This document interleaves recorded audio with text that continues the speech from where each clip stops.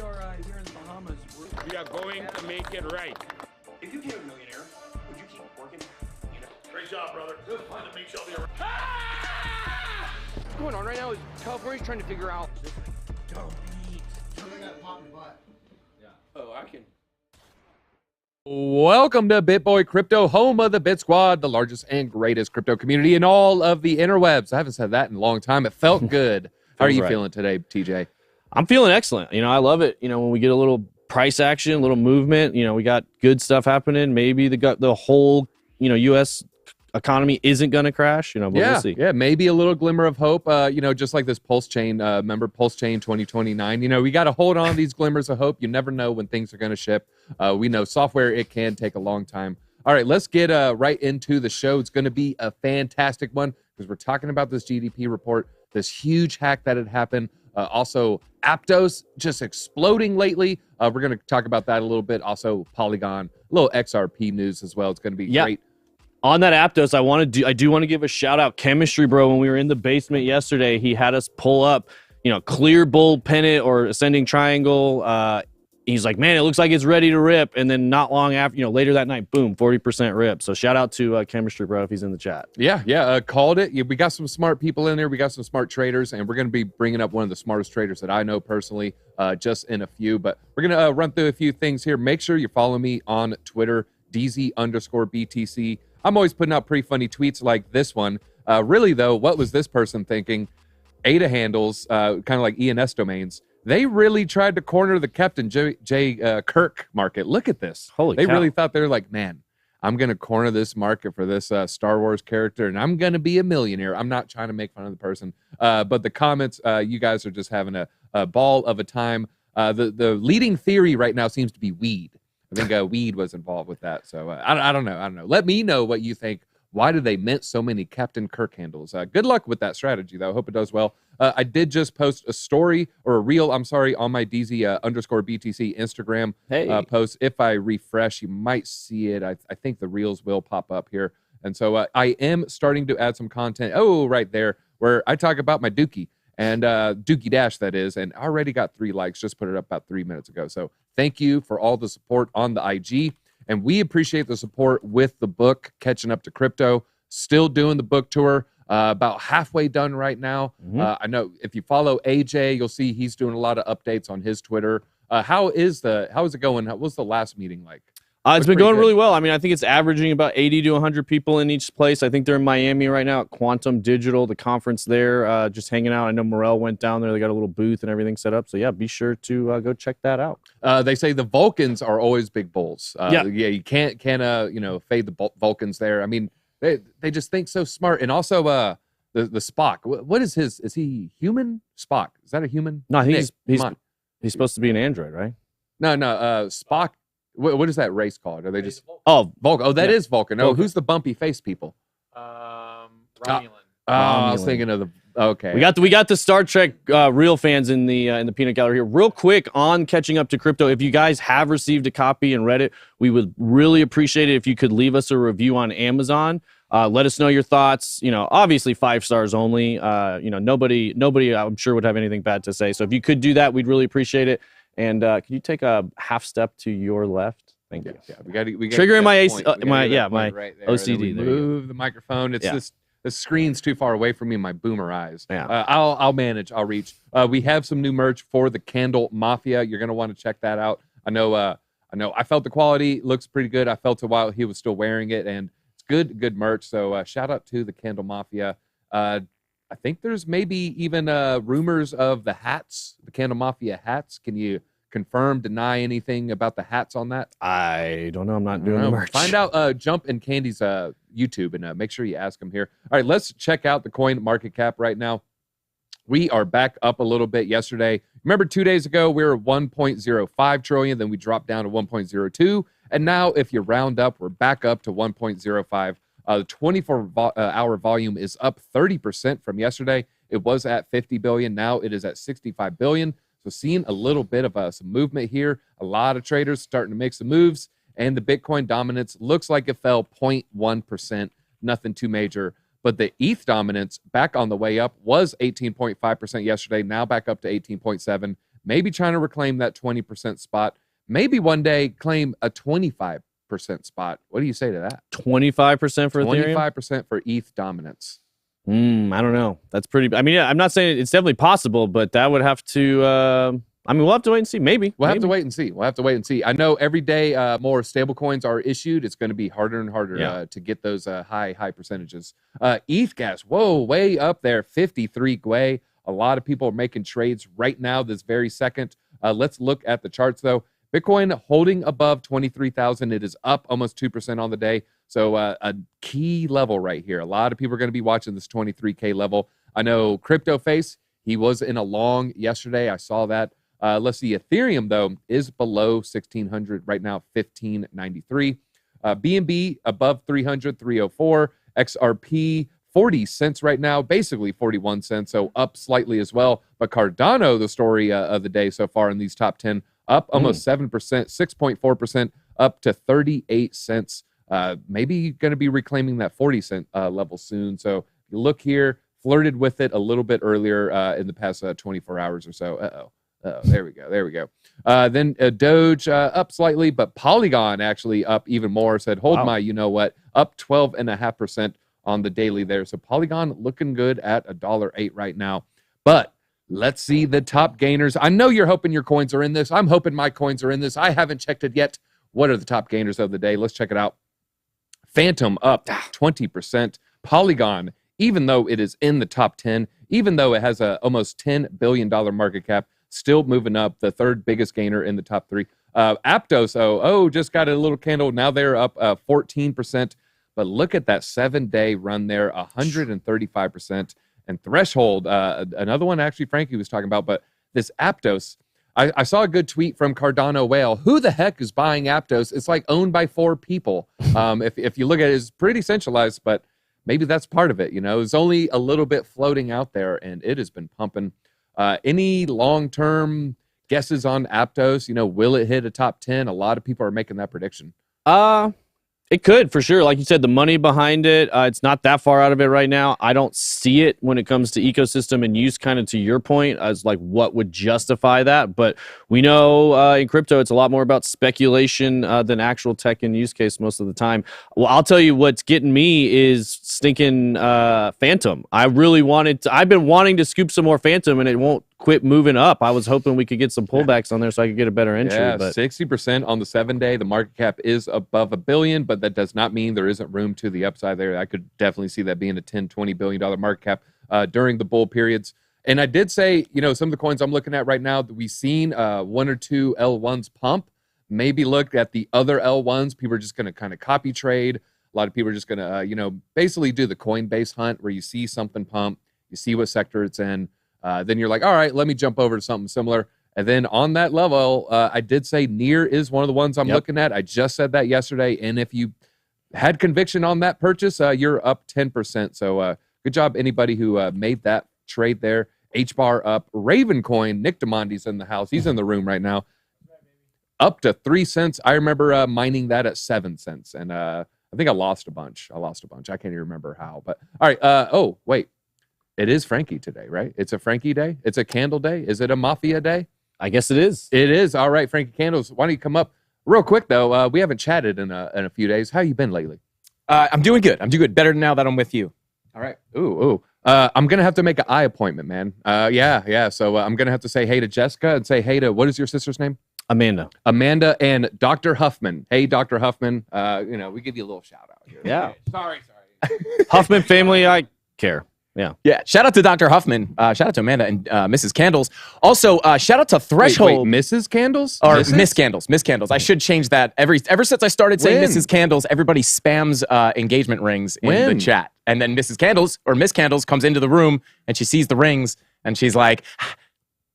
But no, for real, shout out to Threshold. Funny story, Nick Demondi or Crypto Sunglasses out here comes into my office and says, hey, have you heard of Threshold? And I'm like, no. He said, look into it, bro. Might be a good little low cap gem. And boom, about a week and a half later, it was up 123%. It's I guess up a little bit more today. So shout out to Crypto Sunglasses, Nick Demondi, the local or resident other paisan of the office. So let's go ahead. We do have a lot of good stuff to look at on the chart. charts today.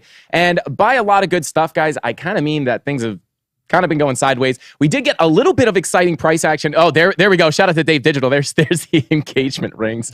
But yeah, yesterday we did have some exciting price action, which happened on my live stream, which never happens. Typically, I think the market makers wait for me to get off my live stream and go start eating dinner. And as soon as the food enters my mouth, price action goes crazy, and I have to jump up and run to the computer and be like, "Oh my God, what's happening?" But yesterday, right before our stream, guys, we started getting this massive pump up, and we actually caught this trade in the premium Discord from this low right here. We were getting our bullish confirmations. This was a level that we were watching, and we were able to catch this long. And again, as I've been talking about a lot on this stream and my stream, basically all we were really looking for was a move up to this POC and then potentially taking a little bit of profits and hoping for a move up to that value area high. But price decided to leave that value area and go on a little bit of a run, which we were able to hold on to those longs and catch a little bit of extra gains. But if you did not take your profits quickly, guys, super quick dump here, right back into the range. So, when you're in the green, especially if you're trading with leverage, guys, you need to pay yourself when the money is there, because you can go from massively in the green to massively in the red very, very quickly. I was up 100% on that trade yesterday, and I did my intro to the live stream, pulled the trade up to show everybody, and I was only up like 23%. So the gains got eaten up super quick. Thought we may have been able to run up there, but no, hard rejection. And now we're back in the value area, guys. So still going to continue to treat this. Yesterday we were saying, hey guys, if we do get accepted back into this value area, I'm going to be treating this just as I treat these volume profile ranges or these value areas. So as of right now, as long as we hold on to this point of control and we hold support above this level, I will kind of expect to kind of just bing bong and range around these two levels. But if we break this point of control, it's going to be very likely that we're going to come back down to the bottom of the range, coming in still at about $22,597, $22,600. So that basically the levels I'm watching do remain the same because we got accepted back into this value area. If we break back down below this value area low, still going to be watching this level at $22,319, in which case I will be likely looking for longs if we can get the confirmations we're looking for. But essentially, guys, I'm really just treating this as a range, longing the lows and shorting the highs of this range until it's decisively broken, right? And I will say on the 4-hour time frame, we were talking about this, I believe yesterday in the Discords. I was kind of saying like, guys, money flow is coming out here, right? Money flow is coming to the downside on a lot of different time frames. We have bearish divergence on a lot of different time frames confirmed. We even have one confirmed on the daily, only on regular candles, but it is there. These are pretty strong top signals. If we pull up the BitLab indicators here, you can also see that if we go ahead and come over to the daily, you can see that the significant movement indicator is looking a little bit toppy on the daily. And again, that is accompanied by bearish divergence, by money flow also coming out. So there are some top signals here showing up on these higher time frames. So you want to keep that in mind. So yesterday I was leaning a bit bearish, and then we got that massive pump up. Did you get something? Yeah, I just wanted to say real quick on the BitLab Academy, if you guys are new to trading or just new to crypto in general, there's obviously tons of great information you can learn there. We're doing a promotional right now. All you have to do is go to the website. There'll be a prompt right there where you click, and we're picking 5 winners for free lifetime access. All you have to do is go click and put in your information right there. So you were just showing those indicators there, obviously. So if you want to get one-on-one training on how to use them, how to trade, Kelly's doing a really good job. You can check out the BitLab Academy YouTube channel. They just did their morning stream. So I just wanted to mention that real quick while you were talking about it, but go ahead. Yeah, for sure, guys. Go check out the BitLab Academy channel and hang out with Kelly. He's awesome, super knowledgeable, great trader. But again, on these higher time frames, you don't want to ignore these top signals that we're not only getting on the indicators, but we're also getting those divergences. And again, this is a major level of resistance that we were watching. This is a strong level of resistance, right? So if we do get these divergences and these bearish signals to play out, we could wind up getting a decent move to the downside. So again, I was leaning a little more bearish yesterday, and then we got this little pump. And I'm kind of sitting there scratching my head. I'm like, listen, Bitcoin's done some weirder stuff. You know, Bitcoin's looked bearish on the charts and still pumped through the bearish TA.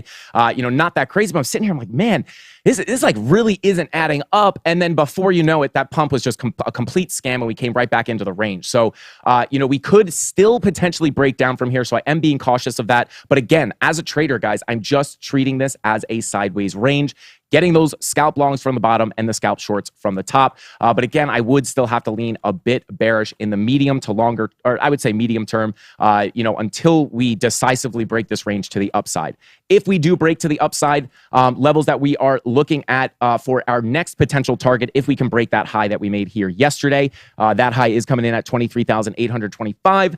If we could break above that next major level of resistance, we have a bit of confluence up here. We have a spider line as well as a local golden pocket. And we actually have 2 spider lines running through this level. So a decent bit of resistance up here. I would say between about 24,720 and then the top of this range is at about 25.4. And again, that would be coming up to retest those previous highs that we made here all the way back here, I believe, in August. And so it would make sense, right? We're going to go ahead and test. It is essentially the top of this actual macro range here with our lows down here, and we do have a high up here. So we will be coming up to test those levels. Likely spot to come test. Also, I do believe we put this from a while ago. This actual range here was looking a bit more like a bull flag. And then the technical breakout target for that bear flag, I'm just going to rough this out here, guys. Bear with me. I believe the technical target for that bull flag, I think I just said bear flag, for this bull flag is right up into that range. So would make a lot of sense to come up and visit there if we do break to the upside. But again, being very cautious with those bearish signals on the higher daily time frames. But again, very scammy price action. And then also just before I hop off here, taking a look at the DXY, you can see we are just kind of continuing to get little bounces off of here. But one thing I'm keeping an eye on, guys, I know a lot of people say divergences on an index is nonsense, but I say this all the time. They play out, right? Like, you know, whether they are, you know, technically, you know, possible on an index, they play out. You could go back test it. When you get your higher highs and your lower highs on your indicators, it typically gets a big dump. So until they stop playing out, I'm going to continue to look at them. But we do have a daily bullish divergence here, looking like it wants to get invalidated here pretty soon, but it is not invalidated yet, and we are up against support. So if we get a bounce here, that could give us that 4-hour and daily bearish signals to actually play out to the downside. And then I showed you the next targets to the upside if we make it there. Major target to the downside that I would be watching very closely if we do get a big dump down here, or the first major target I will be looking at. Obviously, if we break this range low, the next major target where we're likely to find some support is going to be at this local golden pocket at about 20, I would just say 22K, $21,992. And then, you know, if we fall again, you do have that 786 backing you up at about 21.5. So this is going to be a major range I am looking at to the downside to find some strong support. And then we do have this spider line down here, but, you know, that's kind of far away at about 20,900. But I would really watch between this golden pocket and this 786 fib level if we do get that breakdown from this range. And I think that's all I got. Now you guys got the targets to the upside and the downside. Shout out to the Candle Mafia. I see you guys in chat. And don't forget, guys, I do go live and do 2 hours of TA every single weekday at 5:45. So come hang out with us. We actually gave away a lifetime subscription to the BitLab trading indicators. So Kelly hops in there sometimes and decides, hey, give away some indicators. So that's super cool. We do a ton of giveaways. And yeah, that's all I got. Back to DZ. Bing bong. Don't forget, chart section brought to you by BitGet, guys. Go check out BitGet. Bing bong. Yeah. And I'm giving away a Lambo. Hey, I'm giving away a Lambo. All you got to do is follow me on Instagram. I'm giving away a Lamborghini. It's a Matchbox car. It's a Hot Wheel. It's not Benz, but you know, I tried. I did want to do a thing, and let me know in the comments what you think. I want to do a thing where we have everybody, maybe people who had FTX issues, maybe people who had Celsius issues. Everybody put their hand on the Lambo, and the last to let go wins a Bitcoin. But that was a lot easier to sell to TJ and Ben when it was 16K. Now it keeps pumping. They're like, hey, hold on, we can't afford it. It's, you know, come out of your paycheck. And then I might be like, well, yeah, can I participate? Maybe. All right, let's see here. Bitcoin. Let's talk a little Bitcoin here, folks. Bitcoin approaches a bullish golden cross as Bitcoin reclaims 23K. Shout out to MJ. The rally seems to have stagnated below the 23 level as investors attempt to predict the next price movement. Of course, we just saw recently it is now slightly above it. As uncertainty prevails, one technical indicator that investors are closely watching is the Golden Cross formation.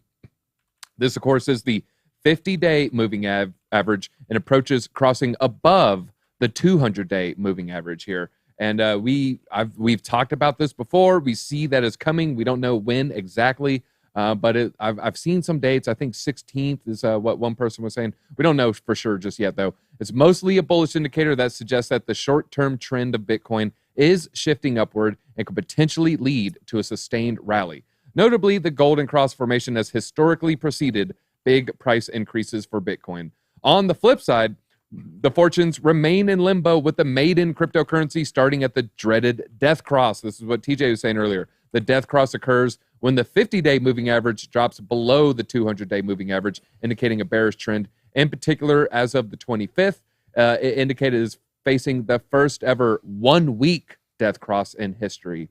Of course, just a little something to think about. 1 week, 200 weeks, that's going to be what was that, 1,400 days. So it took, this isn't a thing that we could have looked at 8 years ago, 7 years ago. It took a long time for us to get to the point of 200 weeks, and so that's why that could be part of the reason why we've never seen the death cross happen. But it is a scary thought. I'm not putting too much weight into the death cross on the weekly, just because it is a newer metric and it's hard to tell. But that bullish, that golden cross, it has played out for, I think, every cycle, right? Yes. I mean, yeah, golden cross, obviously, like you said, it is a pretty good thing to look at. Death crosses, I think, much lower percentage chance of playing out. I don't know off the top of my head if I want to say it's in that 67% range to play out.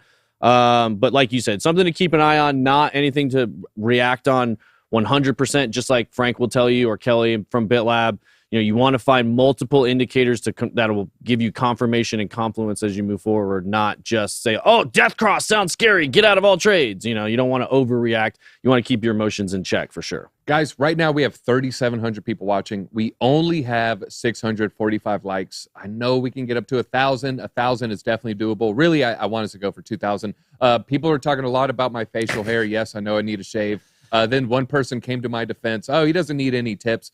His name was Mountain Man, and they're like, yeah, that's coming from Mountain Man. Yeah. So Mountain Man, I appreciate it. No, somebody said, yeah, you need to shave. You're looking like Iron Man or Doctor Strange. I'm like, those are some pretty cool superheroes, so it's not that bad. Give them some time, guys. Yeah, Eddie Parrott, that's only after ice cream, okay, and I've learned my lesson. All right. All right, let's talk about the options open interest on Bitcoin. Now they're breaking all-time highs, calling for a $30,000 Bitcoin. Okay, all right. Roughly 345,000 Bitcoin currently allocated in options contracts right now, primarily by the CME. It is on the verge of breaking an all-time high. Currently, 345K, which is $8 billion, has been allocated to options contracts. There he goes. I'm just like he said, looks like V for Vendetta, no mask needed. That one got me. That was funny. Okay, that was good. All right. Yeah, okay. All right, and so here we okay, options open interest by the strike price. This is Deribit. 32. Yeah, look at this huge amount right here, right around this 30, 32 area. A lot of interest in this area. So here you see, yeah, 5K. The bears, hey, there's some bears out there saying, you know what, I'm putting money on the line that Bitcoin is going to drop down to 5K. Of course, then on the other end of the spectrum, you got people like, no, man, 300K. I think it's doable, 300K. I can't imagine how that pays out if it did hit 300K. That'd be quite the payday. Also, for the guy that's shorting it down to 5K, that'd be quite the payday there. All right, sentiment turns from bear to bull for Bitcoin miners in 2023 here.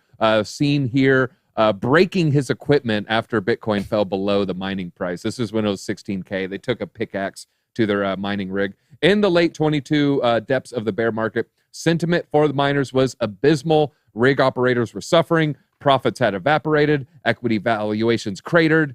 Pickaxes hit the console. 6 screens, 4 wires. Now that Bitcoin is above 20K, more miners are turning the rigs back on. The average hash rate devoted to Bitcoin rose to over 272 quintillion calculations per second by January 23rd. When we talk about it's the most secure blockchain, that's a lot. 272 quintillion calculations. Just type it in the chat. Put that many zeros if you're watching at home. Write out 272 quintillions, and that's a calculation every second. Okay, 60 seconds in a minute, 60 minutes in an hour. 10. Let's just do the 10-minute block. 60 seconds in a minute, then 10 of that, 600. Multiply that by 600.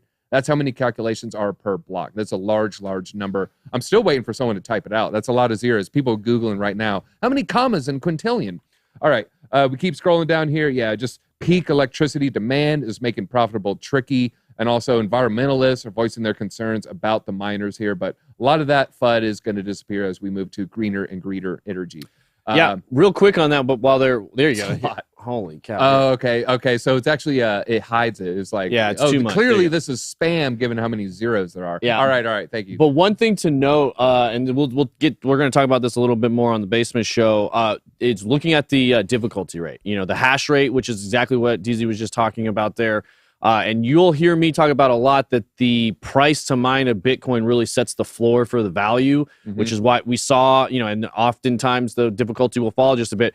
Difficulty's been moving up to new all-time highs, which shows the robustness of the network, the strength of the Bitcoin network, and really, what bear market now as the difficulty's moving higher, the cost to mine Bitcoin's moving higher, the profitability's moving up. So a lot of this sets the floor, in my opinion, very bullish. Yeah. AK-47, which type? All right, Bitcoin, let's see here. Bitcoin exchange whale ratio surging. What does this mean? All right, let's, the whale ratio, the 72-hour moving average, breaking above 85%. The whale ratio is rising right now. The exchange whale ratio here, it's an indicator that measures the ratio between the sum of the top 10 transfers to exchanges and the total exchange inflows. So this is, think of all the dollars flowing into CZ's wallet, right? And there's 100 people. Now you're going to have a whale. He's given CZ $1 billion. And then you got me, I'm giving, 10% of 1%. So what's Bitcoin at? I'm giving like what, $23, right? And so his ratio of his billions compared to my $23, you use that to see the whale ratio here, the Bitcoin exchange whale ratio. While the whale ratio has a high value, it means a large percentage of the deposits are being made by the big cheeses here. As displayed in the graph, the 72-hour moving average exchange whale ratio has climbed to a high value recently. This is suggesting that they are highly active in terms of exchange inflow contributions right now. It's not exactly a bullish scenario playing out here, folks. This chart also shows that the bottom that formed soon after the collapse of FTX was accompanied by low values in the indicator, implying that the low selling pressure from the whales may have helped it take shape here. So the whales are dumping. The whales are taking some profit. Some of these Bitcoin whales, I imagine they're dumping some to get more in the future here. Bitcoin now in bull phase. Here's why. Crypto Quant CEO, risque advertisings there. According to the analysts, most investors are still underwater. Profit and loss based indicators show, and the majority of the participants are not willing to sell at a significant loss, which creates significant layer of investors with unrealized losses. People who bought Bitcoin in higher levels than where it's at right now, and they don't want to sell because it's lower. They don't want to take that loss. From the on-chain perspective, the whales have not even moved their funds to realize them for a good price on the market, suggesting that they either have targets much higher or they're holding their assets at a significant unrealized loss. I think a lot of people are really just waiting for higher prices before they move. Now is, historically speaking, in the 4-year cycle, now is not the time to sell Bitcoin. It's about the worst time. 2 months ago would be the worst time, historically speaking. I'm not saying it's going to play out exactly. Grenade Master, I don't know who is signed into this. So no, there's actually, I think it's like incognito, right? Like we don't have. No, I don't. So. Yeah. Oh, was that on there? Who knows? Yeah. Who knows? That's a studio computer, so you know. Yeah, I mean, I will say there's cameras on this computer, so I don't think people are getting too crazy. Yeah. I don't know. What do you think of all the whales? Pushing this Bitcoin in. I mean, like I said, on-chain metrics. We were looking. We kind of did a deeper dive on the story you and I covered yesterday. The 6 on-chain factors in the basement. We covered 2 or 3 of them here. Lots and lots of indicators showing, absolutely best time, maybe best time in history when it comes to risk reward to be accumulating Bitcoin. It's very clear we're in accumulation zones and have been for quite some time. Below 20 was clearly a great time to accumulate, in my opinion. And then, like you said, we are big believers on this channel of the 4-year cycle. Everything is literally playing out exactly in step with the 4-year cycle that we've experienced in the past. So, and it's not going to be step for step forever. Like I think the comment, it's a diminishing correlation every single cycle. Yeah, I mean, they say, it sounds so cliche, but the history doesn't always repeat itself. It often rhymes, yada, yada, yada. But that it proves out to be true. So, not Golden Cross where, Golden Cross when, probably 2-3 weeks from now. It's a prediction that it's going to happen, not that it has happened. All right, let's talk a little GDP here. What is going on with this GDP report? GDP rose 2.9% in the fourth quarter, more than expected, even as recession fears loom. Of course, historically, a recession is 2 quarters of a net negative, but right now we're in almost 3% positive. It rose at this annualized pace in the fourth quarter, slightly above, and the sharp slide in housing did help pull it down, but boosts in government spending and private investment aided the growth there. Also, jobless claims fell last week, while durable goods orders increased sharply in December, but mainly due to demand for aircraft. Okay. U.S. economy finished 22 in solid shape, even as questions persist over whether growth will turn negative in the year ahead. Inflation readings moved considerably lower. The personal consumption expenditures price index increased 3.2%, in line with expectations, but down sharply from 4.8 in the third quarter. Excluding food and energy, the chain-weighted index rose 3.9%, down from 4.7 there. A separate report Thursday highlighted a strong, tight labor market. The weekly jobless claims fell by 6,000, not too much, down to 186K for the lowest reading since April of 22, and well below the 205 Dow Jones estimate. Lastly, some sectors have shown signs of recession, even though overall growth has been positive. Housing has been a laggard, with building permits down 30% from a year ago and starts down 22%. So they're pausing the building, they're pausing the new homes. That's good. In my opinion, that's good, because what we don't want is that for them to overbuild, because the influx of inventory is what really causes the issue with the prices. I did see this. I'm just quoting this off the top of my head. I do think I saw this the other day, that 30-year mortgage rates starting to fall back below 6%. It could potentially hold. Obviously, we know we have another basis point raise pretty much locked in for 25 points coming next week, which could have obviously affect the mortgage rates a little bit. But if we could hold below 6%, obviously that, and not continue to go up, that is strong for real estate, or stronger. Evil Mist, I'm not sure about your Gala Music node. I will say this: KG was selling 2 nodes yesterday, I believe. He was putting out a tweet. Wonder if there's any buyers. So I don't know. Maybe DM Brian Emery. Yeah, I was gonna say we'll have to check with Brian. I think we have a Gala Music node or 2, and I haven't checked. We'll have to ask Brian. Yeah, see what he says. All right. U.S. inflation roller coaster prompts fresh look at a long-ignored money supply. The amount of money sloshing around the economy shrank last year for the first time on record, a development that some economists believe bolsters the case for inflation pressures continuing to abate or continuing to lessen here. M2 took off in March 2020 as the Fed slashed rates and started buying trillions of dollars in bonds to help support the economy as the coronavirus pandemic started, ultimately mushrooming by 6.3 trillion, 40% increase from its level right before the start of the crisis. The dynamic changed in the last 2 years, though, with money supply trends moving in roughly the same direction as inflation pressures. As money supply rose rapidly in 22, so did inflation. Since M2 started persistent decline last summer, inflation pressures have also receded. Monetary phenomenon. They acknowledged the cooling off of money supply and said this downshift in money bodes well for disinflation, which means the Fed is likely to face an enduring trend of lower price pressures. I think what we're finding here is the relationship between changes in the money supply and inflation is far less linear than had previously been understood, said Thomas Simons, economist with an investment bank, Jefferies. I don't know about that. I mean, far less linear. I mean, really, they're shouting that it's not linear at all. And we're trying to say, no, it's slightly linear. It's pretty clear. It's just logic. And so I don't know whom he's quoting there saying it's not linear. No, I think they're attached for sure. I mean, if you wonder why your house has gone up in value 40% in the last 2 years, that's why. Your house hasn't gone up in value. The dollars just have gone down. And that's literally, I mean, it's supply and demand. When you massively increase the supply that much in a short period of time, you're going to feel it. And that's what we've been feeling right now. That's what's causing the inflation. And we're going to have to adjust That's why we use Bitcoin. That's why we use assets that we think can outpace inflation. And, hopefully you guys are learning a little something so you can do that too. Yeah. My girl had a gourmet breakfast, 4 boiled eggs, side of salt. Yeah. Ooh. What came first, the chicken or the egg? It's clear that it's the egg. It's logical. It's fallacy if you think otherwise. There's no other way it can be. Of course, it's the egg. I'm going to go with chicken. Well, animals evolve and mutate, right? And so chicken's ancestor was a chicken-like hybrid. Let's just say it was a super chicken. The super chickens are making super chickens for 100,000 years. There eventually has to be a chicken that branches off, which is a deviation of their DNA.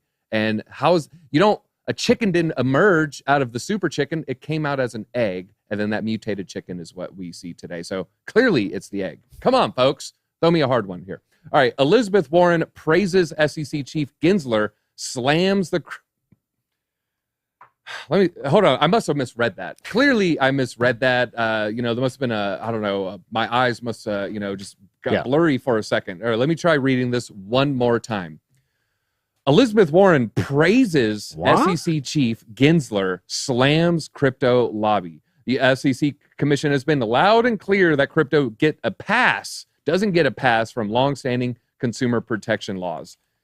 Seen here, measure. All right. U.S. Senator praised the country's securities regulator and its chief, Gensler's efforts to police the crypto industry and called for lawmakers to give the watchdog the necessary resources and powers to keep things going. She said, you know what, Gensler, he did such a good job. He needs more power. He needs more resources. He needs more agents. He needs more bodies on the ground. He needs more boots kicking indoors. He needs more people searching through your MetaMask history. He needs more of this, clearly, because he's doing such a good job. So thank you, Elizabeth Warren, for giving the watchdog the necessary resources here to continue to do such a fantastic job.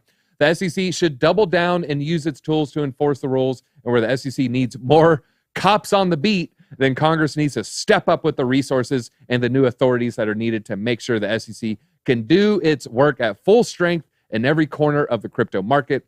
All U.S. regulators must work together to police the many facets of industry, including its environmental impact from mining activities, she said. This is such a load of crock. She is the banking broad. Clearly, this is just, if this doesn't spell out that she's the banking broad, I don't know what can spell it out. FTX, it was an oversight. It was clearly a lack of judgment. Clearly, they aren't good at their job. And for her to praise them and say, you're doing such a fantastic job. We gave you $10 million last year. Here, take 20. Get more people out there. You're doing so fantastic. Keep it up. We love what you're doing. We love what you're doing. It's just a load. It's a crock of bull. It's frustrating. And it can't be more apparent. She's lying. Yeah, and it's kind of par for the course in politics. It doesn't matter if they're doing a good job or a bad job. Their reasoning is always, we need more money. Like, oh, we're doing a great job. We need more money so we can keep doing it better. We're doing a bad job. Oh, we're underfunded, so we need more money so we can hire the people we need to do a better job. So it's politics just drives me crazy. They're all crooks. They're all liars. And if they're not, they're just self-delusional and thinking that they can make a difference because the whole system just needs to be shrunk, or I say burned to the ground. I know that's not a realistic thing, but we need to be, government has never gotten smaller. Under any administration ever, they always grow, they always increase, and it's this is what they're always saying. We need more money, we need more resource, we need more, and the more we give them, the worse it gets. I think we need less government. Yeah. Why is the sky really blue? Well, wave goes through in wavelengths, right? And so different wavelengths give you different colors, and that's why you see it red, because it is going through more of the atmosphere, which means it's closer to red. The less work it has to do, the closer it is to purple. I'm not a scientist here. I'm not even going to really try to explain like I know what I'm talking about here, but come on, guys, the way our atmosphere works, it's just it ends up on the blue wave. Yeah, that's middle school science class, right? Why is the sky blue? They explain it to you. Yeah, it's the waves, baby. It's the waves. All right, Moonbirds creator. Speaking of waves, there's waves in the NFT industry after millions of NFTs were, or I guess it was only 1.1, over $1 million in NFTs were lost after one wrong move by Kevin Rose, former CEO, founder of Dig, and creator of Moonbirds. Among them was 25 Chromie squiggles and an autoglyph NFT. The Proof co-founder shared the news with his 1.6 million Twitter followers on the 25th, asking them to avoid buying any squiggles until the team managed to get them flagged as stolen. They also flagged the wallet to MetaMask. I think they had the fake site to MetaMask, so MetaMask wouldn't interact with that fake site after 1 hour. It is understood that they're drained after he approved a malicious signature that transferred a significant proportion of his NFT assets to the exploiter. They aren't really being super clear. Like this right here is a classic piece of social engineering, tricking KRO into a false insecurity. The technical aspect of the hack was limited to crafting signatures accepted by OpenSea's marketplace contract. I don't know if it was a fake OpenSea. I don't know like if it was maybe a misspelled OpenSea. I don't know what's going on with the actual meat and potatoes of how it happened, but they were saying the technical aspect, explaining that he approved OpenSea contract to move all of his NFTs whenever he signed transactions. And he was always one malicious signature away from an exploit. So you got to be careful out there. These people have these wallets with apes in it, and they got to sign these things. And I saw an example. It's like you never go to Starbucks and you accidentally swipe the wrong thing, and then your entire bank account is drained. And we have to fix this, but no, we just trustless peer-to-peer systems, man. Yeah, we do. This is a flaw in the user experience across blockchain. It's something that needs to be addressed. I know there are things like pre-send coming out to help prevent things like this, where you can verify before anything goes through that you're not signing a malicious contract. But this is something that needs to be built into wallets, into different things over time to help prevent this from happening again, because it's way too easy to click something wrong, especially if we ever want this to go mainstream and have like true scale adoption. This is a problem that needs to be solved, and it's an opportunity within the space for some developers. I don't know what the solution is. It's easy to point out problems. It's much harder to create solutions, but somebody will create a solution for this over time, and I think it's critical in order for us to really take this thing to scale, because exactly what you just said.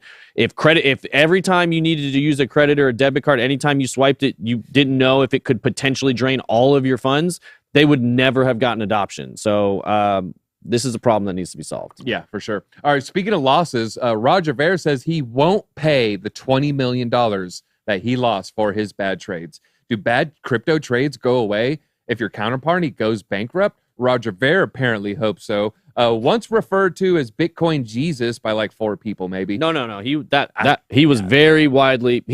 Bitcoin wouldn't be here without him. So he I remember him getting vilified for this in 2017 by Reddit. He calls himself that, and everyone else like hated that. I remember people hating that was his moniker. Well, because he got a lot when he broke into Bitcoin Cash. Obviously, everything changed for him. But for a long time, at the very beginning, he apostolized about that. Bitcoin. I forgot about his villain arc. Yeah, that's really what it was. It was the hash wars and the split between Bitcoin Core and Bitcoin Cash, which again the Maxis hate when you call it Bitcoin Core, and he hates it when you call it Bcash. There's all this stuff there, but before that point, he basically was apostolizing Bitcoin to literally everybody. He got the Winklevi into Bitcoin, and he got Charlie Shrem and him were kind of together there at the beginning, but. Again, he was the first person with real money. He was the first person to put real money into Bitcoin, point blank, period. So, all right, Scott, you stumped me with that one. Ver, once referred to as Bitcoin Jesus for his evangelism before staunchly supporting the hard fork in 2017 for Bitcoin Cash, says, I'm not paying up. This is in a Reddit post Wednesday. He says, hey, man, I got enough money to pay them. And he even said, hey, I'd be happy to pay. But you know what? They didn't hold up their end of the bargain. They're required by our agreement to remain solvent, as they can't ask its clients to pay a heads clients lose, tails Genesis wins game. He further claimed that he asked them in June for assurances of its solvency, but didn't receive what he wanted to know. Genesis, itself a subsidiary of Digital Currency Group, filed for bankruptcy last week, of course, about 2 months after halting withdrawals and loan originations. But the concerned subsidiary itself hasn't filed for bankruptcy just yet. So here you can see his little Reddit post. The author gave it a little bit of a thumbs up there. So, hey, whatever happened to fair and balance? While it's unclear whether courts will compel him to cover the expired options, this isn't the first time he's been challenged on a trading debt. We remember, was it last July, CoinFlex accused him of owing $47 million in USDC after he failed to meet a margin call. So rules for thee, not for me. Sometimes the big whales you saw with FTX, where they literally can't get liquidated. Looks like maybe Roger Ver was trying to make some, hey, special rules for me, and I'll trade, tens of millions of dollars of, crypto on your exchange, and you get your little 0.5% off the trading fees, and come on, it's a good deal for you. Shake my hand, and then he like gets wrecked, and he's like, yeah, no, I ain't giving you that. What are you talking about? No, I didn't lose that trade. You ran out of money, so I don't got to pay you. I don't know how much sense that makes. All right, let's see. Microsoft VR. Microsoft switches metaverse focus from social to business. The team is switching development mesh businesses oriented products here. The AltSpace VR is going to close on the 10th with them switching to the business oriented side of the business instead. Fast forward a few years, the slowness of the market led to the collapse of a funding deal, and the company announced shuttering its operations due to a lack of money. This led to Microsoft swooping in to acquire the struggling firm in 2017 for an undisclosed sum, which is pretty interesting that it was undisclosed there. Riding on the shift to work from home, they saw an opportunity to bring real-life office, such as chance encounters, facial expressions, and body language into a virtual world setting. If you listen to any long-form Mark Zuckerberg interview, you see this is some of the main things that he's working on is body language, the micro facial expressions. You know, I moved my eyebrow, I, did that with my mouth. I wince a little bit, like that. Then, it's a bad idea in the meeting. Maybe, you said something stupid in the meeting. But right now, you're just see like these faceless automatons. And they're just like, sweet baby Ray's barbecue sauce. Then you're like, I don't know what they want. I don't know what they feel here. All right, let's talk a little Nike. I know, me and TJ were talking about this ahead of time. Do you got Nikes on today? Yeah, Air Maxes, rocking them every day. It's got the Air Maxes. All right, shout out to Nike.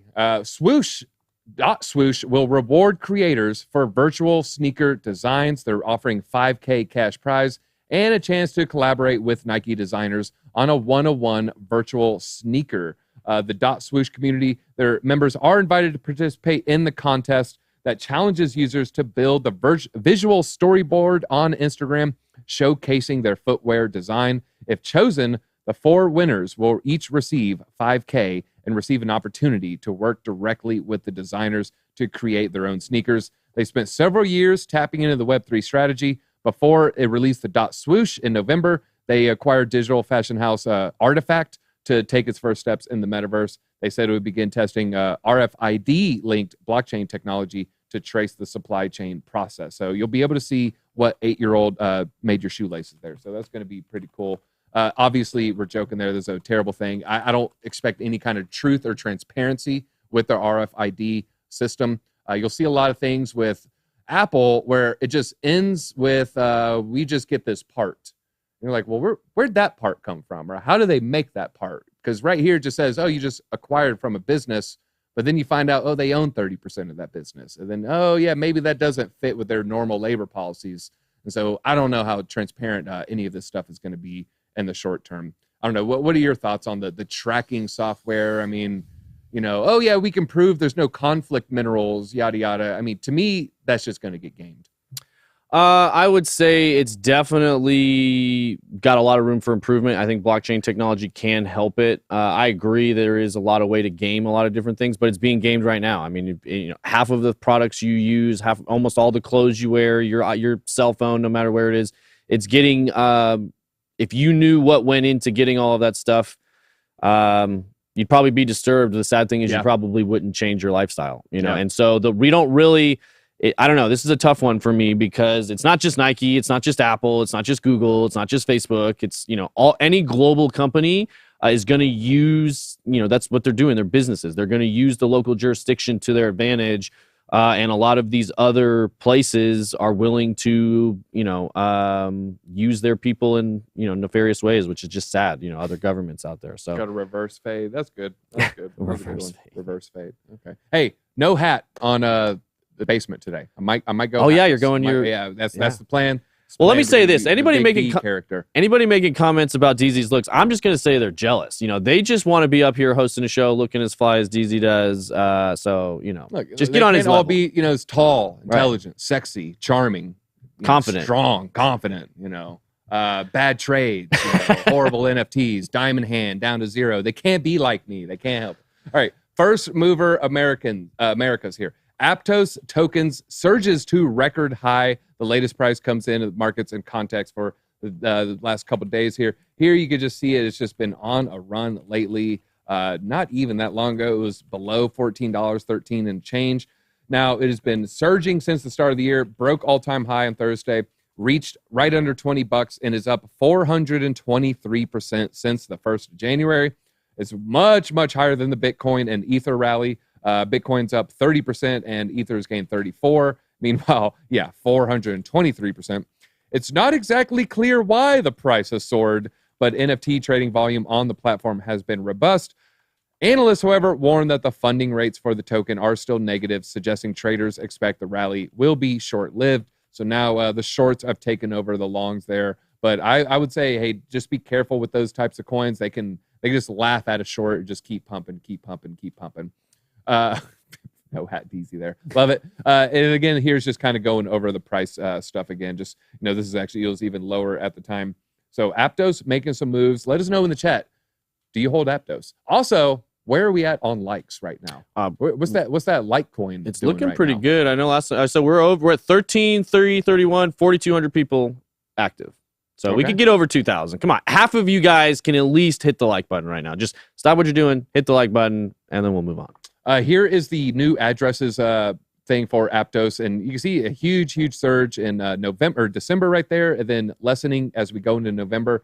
And then, I don't want to say suspiciously flat, but that seems suspiciously flat. Mm-hmm. Like you have a bot saying, we must, all right, so this is like 9,000, 9,000, 9,000. I'm not saying there's some bot making 7,000 wallets every day, but, if it came to light that they're just botting wallets, I wouldn't be surprised. I know there's people, making wallets every day, but is it such a normal flat number to just be looking like a straight line there? I don't know. I'm not saying there's manipulation, but I'm looking at it and I'm saying I think there's manipulation. I'll go ahead and say that. But hey, it could still double. It could pull a Solana.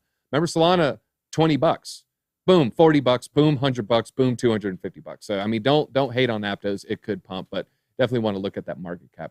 All right, Polygon Q4 transaction volatility fueled by FTX collapse and zero knowledge roll-up testing. This is from Nansen. Nansen, a very, very good analytic firm up there with the, I'm trying to think, Crypto Quant up there. It's definitely a good one. The scaling tool saw wide swings in daily transactions and active addresses during the fourth quarter as users scrambled to move funds during the epic meltdown of FTX, and projects rolled out new partnerships and initiatives. This is according to Nansen. Daily transactions range from 2 to 3.7 million, while the daily active addresses range from 350K to 1.7 million. So we're seeing huge interest in Polygon. Compared to Ether, the Polygon's daily transactions were almost twice as high and more volatile during the quarter, while daily gas paid was 40 to 100 times cheaper on Polygon. So if you have a transaction, it costs $10. I mean, you're looking at 10 cents there. So pretty cheap. BSC has proven a successful creation. CryptoCom's Chronos chain at all. My Chronos knowledge is when CryptoFace was pumping or trading it and it had a huge pump. Also, I told my buddy to not buy it two and a half years ago. This was literally like a week or two before they announced a huge burning. So I still feel bad about that, James. I'm sorry. I stole your gains there. I don't really have too much of an opinion on Chronos chain. Yeah, here's what I'll say. Crypto Report. I understand the sentiment there. BNB has obviously crushed it. Great example of an exchange coin that has moved beyond just being an exchange coin. Now it's a smart contract platform, an incubator. Through Binance Labs and a lot of different things. And this is why we were at one point bullish on FTT, bullish on CRO, bullish on exchange tokens in general because of that. They have an instant utility. And they've got an instant kind of marketplace that could be used in the future. That being said, what we've experienced in the last year or two when it comes to government regulation on exchanges, they are extreme because of what happened with FTX and FTT.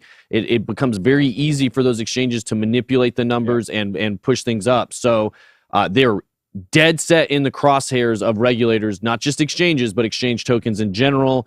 We know we've worked with crypto.com. We know they've received stuff from the SEC in different places regarding the CRO token in general. Yep. So we're just being very careful with all exchange tokens, not saying they will or won't do something good in the future. That's just not a niche that I'm focused on right now. Yeah, and it's already a fairly large market cap, and I think there's some other things. Thank you, Seek and Hunt. A little solidarity there. All right, XRP community, where are you at? Hit that like button if you hold a little XRP. Again, we love XRP. I love what they're standing for. I love that they're fighting the SEC. I was just trying to protect some people yesterday from not getting wrecked because they wrote it all the way down, just like Cat's cousin. All right, Now, this is kind of a fun story. This is Jeremy Hogan here, the lawyer, and he is sharing some AI answers on how XRPL, which is the XRP ledger, can interact with CBDCs. And these are AI-provided answers. So firstly, he's sharing the AI-based answers, noting that CBDCs could be used on the ledger as IOUs represented by a token on the blockchain to take advantage of the scalability, which makes it well-suited for payments. Secondly, he said central banks could open portals for withdrawals and deposits on the ledger to allow use alongside XRP and other XRPL-based tokens. And finally, thirdly, he revealed that the AI suggested CBDCs could be created as stablecoins on the ledger there. So I definitely see stablecoins and foreign exchange markets hitting the XRPL in a serious way. I don't know when it's going to happen, but I've long said, there are a lot of people who know nothing about crypto, but they trade Forex all day because of a random Instagram account, just trying to make $20 here and there, maybe get free lunch by just doing a couple trades every day. I could see XRP just being a huge, huge Trojan horse and get all those people into crypto, get all those people downloading a crypto wallet. Any thoughts on that? I'm guessing there's teams working on tokenizing almost all the currencies you see on Forex exchanges. Yeah, I think that's a decent theory. And really, if you're buying XRP, you're hoping, for a positive news on the case. Obviously, you're hoping that their political connections with the WEF, they're very, very prevalent there in Davos, trying to get that CBDC market and some of that kind of stuff. So if they can pull off what they're trying to do, it could be bullish. There's just a huge supply and a lot that comes into the system. So, you're hoping for a lot. Yeah, the Voyager. I don't know why people are here listening and not able to smash the like. Unless most of the people here aren't real. They are real. This is actually phenomenal numbers for likes considering how many viewers. But where are we at? I think we can get that ratio even higher. Yeah, 1650. We're pushing it up. 1650. Could we hit 2K? Could we hit 2K? I think it's possible. But if you look at that, that's actually pretty phenomenal engagement there. Where are we at? Yeah. Like roughly 40%. Maybe? Yeah, considering how dead YouTube is and how the market is, there's definitely not a lot of viewers. So yeah, there's a lot of lazy. Can't push it. XR Pizzle, do you want this second XRP story or not? XR Pizzle, hit that like. I'm watching it. Okay, it went up one. Yeah. I'm assuming that was you. All right, you get the second XRP story here. Canadian merchants can now accept Bitcoin payments on the XRPL here. That is huge. Platform made this known in a tweet yesterday, requesting interested business owners to reach out and find out how to get started. First place they need to start, the bar that Piano Matty B plays at. In yesterday's episode, he shares, I think it's Winnipeg or somewhere. He's like, I do it every Saturday night. I do a live show every Saturday. And every Saturday I say, who here holds Bitcoin? And every Saturday, it's crickets. And I was like, you know what? I gave him 2 points just for asking every Saturday. So to be fair, there's probably only like 6 people in a bar in Winnipeg because it's cold there's not a lot of people out there. Yeah. I mean, normally it'd be 4, but it's Piano Matty B, so it's like a 50% higher engagement. Greetings from Canada. We're happy to announce we're now onboarding merchants for the initial pilot to accept real-time Bitcoin payments. If you're a business owner, please reach out. Spin the Bits Incorporated. Notably, Lightning Network only partially fixes its scalability concerns. For one, before users can transact on the off-chain solution, they still have to fund it with on-chain transactions, which take a long time with accompanying on-chain costs, making it a frustrating solution for first-time users. Yeah, if you're a first-time user and you're like, you came in right at the beginning of the block and you're waiting 9 minutes, 45 seconds, you're like, man, when is this thing? I thought this was called the Lightning Network. Well, it is Lightning once you get it on there, but, Bitcoin is a little bit slower block speeds here. In response to the announcement from Spin the Bits, attorney John Deaton hailed the app as a model example of crypto utility. The lawyer representing thousands of holders as a friend of the court in the SEC case against Ripple asserted that the Lightning Network is not the only or best option for spending Bitcoin. And then here he is, talking about another app here. So there are some apps on XRP. Looks like, there are the builders there. You do see some GitHub interactions there. So I'm bullish on the XRP community. I'm not, going against my prediction saying it won't hit $5.89. Sure, $589. It's just a little much. Just take profits. If you really think it's going that high, please take profits at $100. Please, just some. I don't know if I'll hit that either. I think that's all we got time for. me and TJ, we're going to get ready for the basement. Can you give us any sneak peek? Sneak peek of what we're going to be talking about. Yeah. We got some NFT stuff. We've got a little bit more on the GDP. A lot of interesting things coming out of the WF. We kind of wrap up, you know. Of the, can we talk about the WEF? Yeah, we get loose and wild in the basement. You're going to want to watch that. Yeah, and it's pinned. I've pinned it there in the chat. I will drop the Twitch link here if you want to join us live. Twitch.tv/BitBoy_crypto. Yeah, and somebody said there's 800,000 people in there. I see in Winnipeg. Yeah, but it's 14 degrees right there right now. So, you know, where do you the people are staying inside? All right, Pizzle, I swear to God, if you unlike it, I'm coming for you. I'm deleting this XRP section from the YouTube video if you do that. I'm going to be watching. That's all we got time for. See you at 1:15, maybe see you at 5. Yeah. Until next time.